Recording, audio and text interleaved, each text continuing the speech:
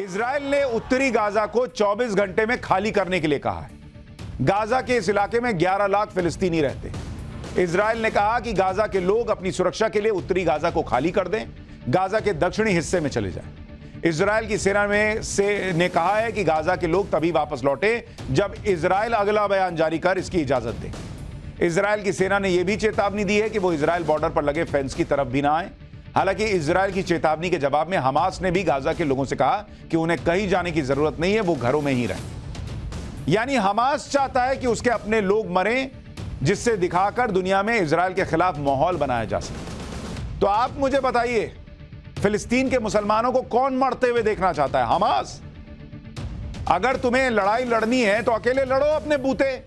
महिलाओं, बच्चों को, आम लोगों को हथियार बना रहे हो, उनसे कह रहे हो घर खाली मत करो ताकि इजराइल हमला ना कर सके और ये हमास के आतंकी बच सके। कई लोग कहते हैं हमास जो है वो लड़ाई लड़ रहा, आजादी की जंग लड़ रहा है, ये तो बेचारे शहीद हो रहे हैं। इतना शहीद होने का शौक है तो क्यों छुपते हो महिलाओं बच्चों के पीछे? इजराइल महिलाओं बच्चों को बचा रहा है, कह रहा है वहां से खाली कर दो। हमास कह रहा है यहीं रहो, साथ में मर जाओ। फिर भी धर्म के नाम पर लोगों को यह सब नहीं दिखता। हमास के आतंकियों के चक्कर में गाजा के लोगों का नुकसान ना हो, इसके लिए इजराइल उत्तरी गाजा में पर्चे तक गिरा रहा है। आप तस्वीर देखिए, ये जो आसमान में दिख रहे हैं आपको, ये पर्चे, लाखों पर्चे गिरा रहा है इजराइल। इन पर्चों पर लोगों को उत्तरी गाजा का इलाका खाली करने के लिए कहा जा रहा है। इन पर्चों में लिखा है कि अपनी सुरक्षा के लिए आप अगले ऑर्डर तक घर न लौटें और दक्षिण गाजा की तरफ चले जाएं। इजराइल ने गाजा के उत्तर के इलाके के लोगों को निकल जाने के लिए कहा है। आपको मैप के जरिए बताता हूं कि गाजा के उत्तर में कितनी आबादी रहती है। अगर जरा आप यहां मैप डालेंगे तो लोगों को बेहतर ढंग से समझ में आएगा कि किस हिस्से की बात हो रही है। जरा जूम करके दिखाइए। ये जो हिस्सा है उत्तरी गाजा का, जहां पर आप ये पीला हिस्सा देख रहे हैं, यहीं पर जो है हमास के आतंकी ज्यादा बड़ी संख्या में रहते हैं और इसीलिए जो है ये इस इलाका खाली कराया जा रहा है। यहां आबादी करीब 4,40,000। गाजा सिटी को आप देखेंगे, वहां आबादी करीब 7.5 लाख। तो इन दोनों को अगर आप मिला दीजिए तो 11 लाख के आसपास की आबादी बैठती है। और इजराइल कह रहा है कि आप यहां से आ जाइए दक्षिण की तरफ, यहां आप देर अल बला में, खान यूनिस में, रफा में आइए और यहां पर आप आकर रहिए। जब इधर हम इनको ठोक देंगे हमास के आतंकियों को, उसके बाद आपको बुलाएंगे, आप फिर आ जाइएगा। लेकिन हमास चाहता है कि ये लोग, ये 10-11 लाख लोग जो है यहां से ना हिले, क्योंकि उसको पता है कि अगर ये चले गए छोड़कर तो इजराइल तो ठोक देगा। अगर उसे इतनी ही फिक्र है फिलिस्तीन के लोगों की तो उसे कहना चाहिए था कि जाओ तुम लोग जाओ, हम लोग लड़ लेंगे। लेकिन आतंकी कितना बुज़दिल और कमजोर होता है आप इससे समझ सकते हैं।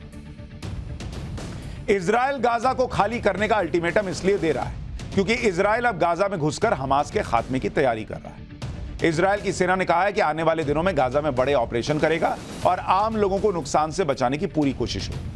दरअसल हमास के आतंकी गाजा में घनी आबादी की आड़ में अंडरग्राउंड टनल बनाकर छिपते हैं और गाजा के लोगों को ह्यूमन शील्ड की तरह इस्तेमाल करते हैं। इन्हीं लोगों की आड़ में हमास बचता आ रहा है, लेकिन इस बार इजराइल ऐसा नहीं होने देना चाहता। इसलिए इजराइल की सेना ने गाजा के लोगों को जगह खाली करने के लिए कहा है, ताकि जब इजराइल की सेना गाजा के अंदर घुसकर पूरी ताकत से हमला करे तो हमास के आतंकी नागरिकों की आड़ में बच न पाए। इजराइल की चेतावनी के बाद उत्तरी गाजा में लोग अपना सामान पैक कर दक्षिण गाजा की तरफ जाने भी लगे।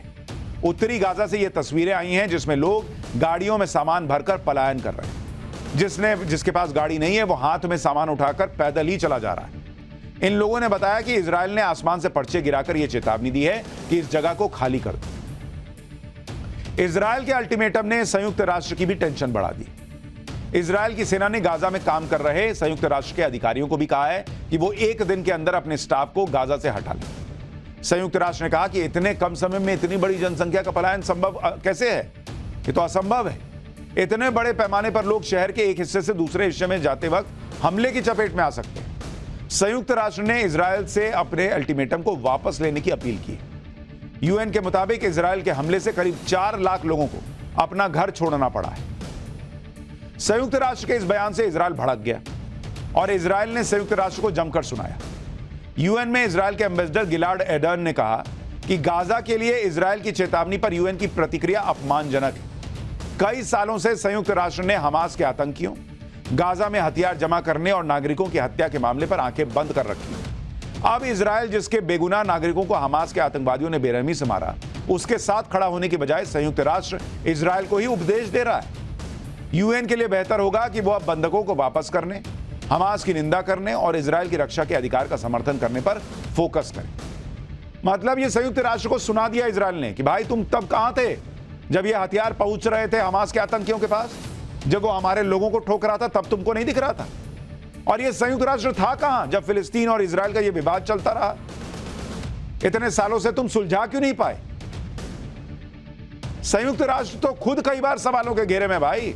तुमसे एक सुरक्षा परिषद जो है उसका विस्तार नहीं हो पा रहा, 5 लोग घेर के 6 लोग घेर के बैठ गए और दुनिया को हर बात पे ये लोग ज्ञान देने आते हैं। हालांकि इजराइल के सामने अभी 2 बड़े चैलेंज हैं। पहला, उन 150 नागरिकों को छुड़ाना जिसे हमास ने बंधक बनाया हुआ है, और दूसरा गाजा पट्टी के अंदर घुसकर हमास को खत्म करना। हमास ने इन बंधकों को अपनी ढाल बनाया हुआ है और इजराइल को यह धमकी दी है कि अगर उसने गाजा में बमबारी जारी रखी तो वह बंधकों को मारना शुरू करेगा। इजराइल में घुसकर हमास नागरिकों को इसलिए बंधक बनाकर वापस गाजा में लाया ताकि वो इजराइल के साथ आसानी से सौदेबाजी कर सके, इजराइल में कैद अपने आतंकियों को छुड़वा सके, पैसे के लिए लेन देन कर सके और गाजा पट्टी को लेकर अपनी बात मनवा सके। हमास ऐसा पहले भी कर चुका है, इसलिए हमास को लगता है कि इस पर भी इजराइल उसके सामने मजबूर हो जाएगा। हमास को यह पता था कि अगर वो इजराइल पर हमला करेगा तो इजराइल की जवाबी कार्रवाई उसे भारी पड़ेगी, इसलिए प्री प्लान तरीके से उसने लोगों को अगवा कर लिया ताकि इजराइल उस पर हमला करने से पहले 20 बार सोचे कि कहीं हमले में उसके खुद के नागरिक न मारे जाएं। हमास ये सब कुछ आतंकी संगठन ISIS की तरह ही ग्लोबल माहौल बनाना चाहता है, इसलिए कर रहा है ताकि उसका हर एक एक्शन चर्चा में आए दुनिया में और मुस्लिम देश फिलिस्तीन की लड़ाई को लेकर इजराइल पर फिर से दबाव बनाए। हमास जानता था कि अगर वो लोगों को अगवा करेगा तो इजराइल उन्हें छुड़ाने के लिए छटपटाएगा और बंधकों को छुड़ाने में जितनी देर होगी इजराइल पर उतना ही दबाव बढ़ेगा और इस छटपटाहट में वो बड़ी गलती करेगा जिसका इस्तेमाल हमास इंटरनेशनल प्लेटफॉर्म पर अपने लिए हमदर्दी जुटाने के लिए कर सकता है। बंधकों को छोड़ने के बदले हमास अपनी 3 बड़ी मांगे मनवाना चाहता है। वो मांग कौन है? वो डिमांड क्या है? पहली डिमांड, इजराइल की जेलों में बंद हमास के आतंकियों को छोड़ा जाए, तभी इजराइल के बंधकों को रिहा किया जाएगा। दूसरी डिमांड, अल अक्सा मस्जिद की पवित्रता बरकरार रखी जाए। तीसरी डिमांड कि इजराइल ने जो गाजा की घेराबंदी की है उसे खत्म किया जाए। हमास बंधकों के बदले अपनी मांगे इसलिए रख रहा है क्योंकि वो ये जानता है कि इजराइल के लिए बंधकों को छुड़ाना आसान नहीं है। इजराइल इस समय एक ऐसी स्थिति में फंसा हुआ है जहां पर अगर वो अंडर रिएक्ट करेगा तो इजराइल की जनता का गुस्सा भड़केगा, अगर ओवर रिएक्ट करेगा तो बंधकों की जिंदगी खतरे में पड़ जाएगी। इसलिए इजराइल के पास लिमिटेड विकल्प है और उससे जुड़ी चुनौतियां भी हैं।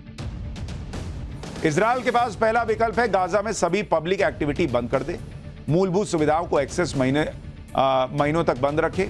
इससे हमास पर गाजा के लोगों का प्रेशर बढ़ेगा। लेकिन चैलेंज यह है कि इजराइल के लिए करना आसान नहीं, क्योंकि संयुक्त राष्ट्र जैसे मंच पर उसे जवाब देना पड़ेगा।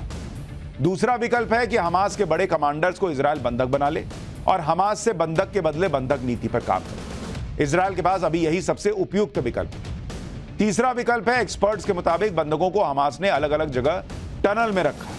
इजराइल टनल पर सीधे टारगेट कर सकता है, लेकिन चैलेंज यह है कि किसी टनल में कितने बंधक हैं यह पता लगाना मुश्किल है। टनल टारगेट करने के चक्कर में कहीं होस्टेज ही ना मारे जाएं, इसका भी डर है। बंधकों को छुड़ाना इजराइल के लिए आसान नहीं है। जैसे साल 2006 में भी हमास के आतंकियों ने एक इजरायली सैनिक गिलाड शलीत को अगवा कर लिया। आतंकियों ने इजरायली सैनिक को 5 साल तक बंधक बनाकर रखा और तभी वापस किया जब इजराइल ने 1000 फिलिस्तीनी कैदियों को रिहा किया। इसमें ज्यादातर हमास के खूंखार आतंकी थे। हमास ने 2014 में भी इजराइल के नागरिकों को बंधक बना लिया था, उन्हें आज तक नहीं छोड़ा और ऐसा दावा है कि वो अब तक जिंदा है और हमास की कैद में। लेकिन हमास के आतंकी हमले से इजराइल के लोगों में बहुत गुस्सा है।